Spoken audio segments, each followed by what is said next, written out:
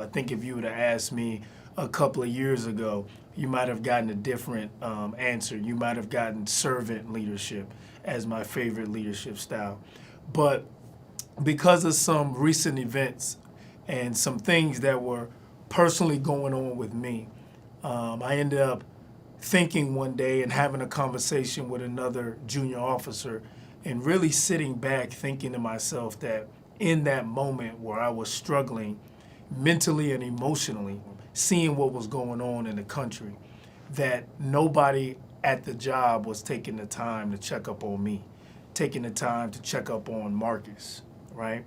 And I was expected as an officer, and at the time I was a commanding officer, to continue doing the job, to continue doing the mission, make sure that the aircraft were where they needed to be, when they needed to be there, doing the things that they were supposed to be doing.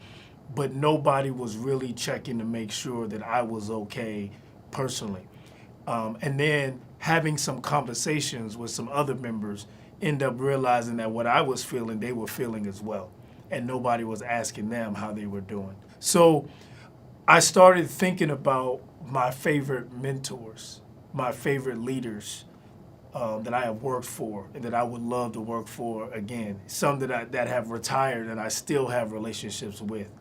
And the one thing that was common with all of them is that they were intentional about building a trusting relationship with me and making sure that I knew that I was supported as a person, not just as a pilot, not just as a Coast Guard officer or employee.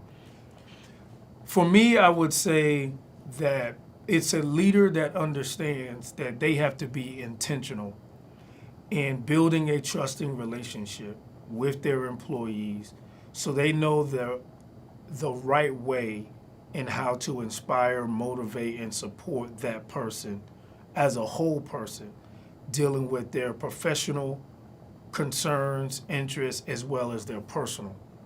When you're talking to that machinist technician, that culinary specialist, that lawyer, that pilot, the person driving the boat, that you're also talking to a husband, you're talking to a mother, you're talking to a father, you're talking to a person. And what might be the issue at the job, the actual underlying issue could be an issue at home. And understanding that there are things that our members are dealing with on a daily basis, and they always can't leave those problems on the pier when they go onto the ship. Sometimes those things follow them.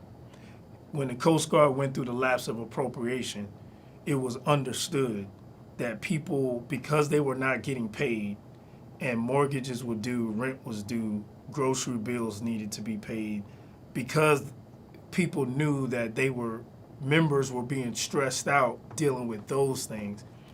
At the job, we started asking questions about how they were handling things at home.